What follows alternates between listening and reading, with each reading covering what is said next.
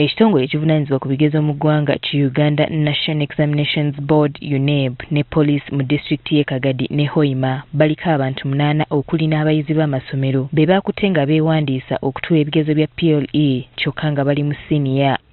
Abaana baakwatiddwa abayizi ba ku ssomero Salama Secondary School era nga bano akulira essomero lino ye yabawandiisa ku Salama Primary School n'ekigendererwa ky'essomero lino okukola obulungi. I am told we have learnt that the secondary school, which is called Salama Secondary School, is also owned by the same director. So 5 students from Senior 3 have been registered. The aim also is to boost pass rates so that the primary school reputation in the area improves. Ate abalala era mu ssomero lino b'ekigendererwa kyabwe kyabadde kya kusala myaka basobole okwenyigira mu mpaka ez'enjawulo ez'amasomero. From investigations that it's in order to get them result slips or pass slips which indicate that they are 13 years old so that they can later on play in the under 13 or under 14 football tournaments. Kati abakulira amasomero gano gombi baakwatiddwa. Teachers were arrested.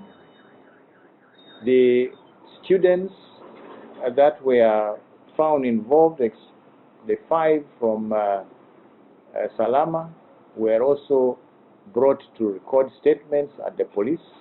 Kagadi abantu 15 okuli abasomesa n'abaana nabo baakwatiddwa wadde ng'abalala badduse. Such students were found and the other 12 out of the 15 are on the run, and we will eventually catch up with them and record their statements as well.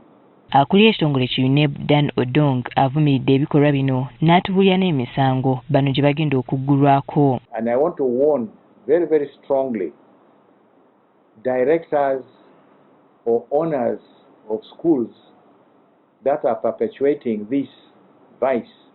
This is fraudulent, and the board will deal very, very decisively with such head teachers. Ono era asinzidde wano n'alabula abo bonna abasuubira okwenyigira mu bikolwa by'okubba ebigezo obutakirowoozaako. Security is on high alert to pick up and follow up these cases. So I also want to warn our learners, the candidates. I want to warn head teachers who want to indulge in this kind of malpractice.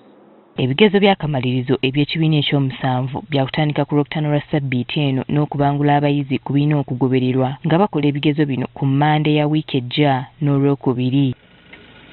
Winnie Tesanakayinja, Agafeeyo ku Spark TV.